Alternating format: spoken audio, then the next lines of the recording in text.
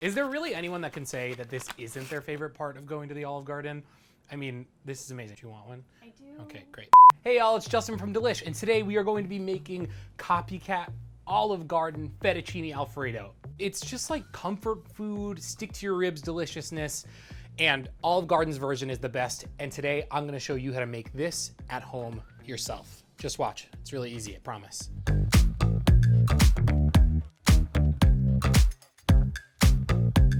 So I'm gonna go ahead, try a bite.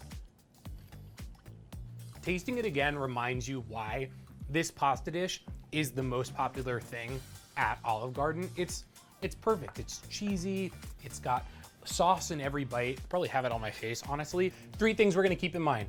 First, this Alfredo, unlike many, actually has garlic in it. You can taste the garlic, so we're gonna add it.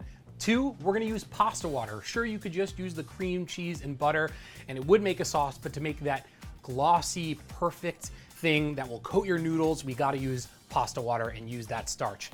3rd, it matters what cheese you use. Buy a block, grate it yourself. It's gonna make a difference in meltiness and flavor.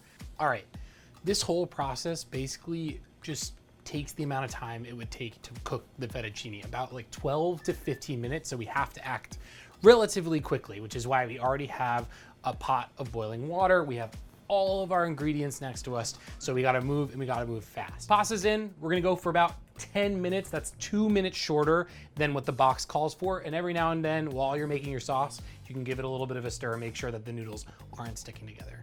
There should still be a bit of bite to it because it is gonna continue to cook in the sauce. Don't forget, most important part of cooking pasta is heavily salting your pasta water. First thing we're gonna do is we're going to grate our garlic.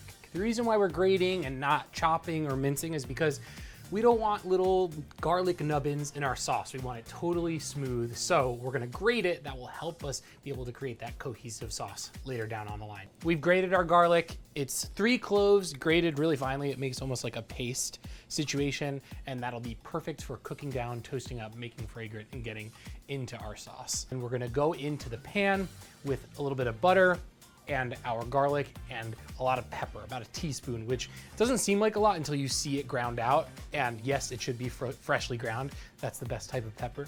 And we want that much pepper because it's gonna be the only other flavor other than the cheese and the garlic. So a lot of pepper is a good thing, and toasting it a little bit before we start the rest of the sauce is gonna only amplify that flavor. So I'm borrowing this technique of toasting the pepper in fat. In that case, it's usually oil. In this case, it's butter, because that just ups the flavor a little bit more. We're gonna pour in a cup of cream. We wanna bring that up to like a heavy simmer, almost a boil, just so we can definitely melt in that parm. And then we're going to add the rest of our butter, 7 tablespoons. We want this to reduce and simmer for a bit. That's only gonna lead to a thicker sauce. This is just cream and butter at this point with our garlic and pepper. And it's really gonna come together and start looking like a sauce. Then we're gonna add our cheese. We want totally freshly grated parm. We don't want stuff that you get pre-grated by the grocery store or the stuff in the can. It needs to provide that punch, that umami kick that fresh parm can provide. So we wanna grate it right before and go in, and you can see it already melted, and it's creating this really creamy, cohesive sauce that's only gonna be improved by our pasta water. So let's go in with our pasta and finish this up. Now that the pasta's done, we're actually gonna transfer it directly to the pan. Don't even drain it. I want some of the leftover liquid on the pasta, and then we're gonna use an additional about a 1/4 cup to a 1/2 cup of water, depending on how thick or thin you like your sauce, because it's not just water. Now that we've cooked the pasta in it, there's a lot of starch in there, and that's actually gonna help to make a more silky, cohesive sauce that will cover our pasta more fully. So we're gonna add about 1/4 cup to a 1/2 cup of pasta water and just immediately fold it in with the pasta until everything is coated and it looks luxurious and creamy. And then we're just gonna take it out and serve it. All right, we did it. It was incredibly fast. Came together as the pasta was cooking.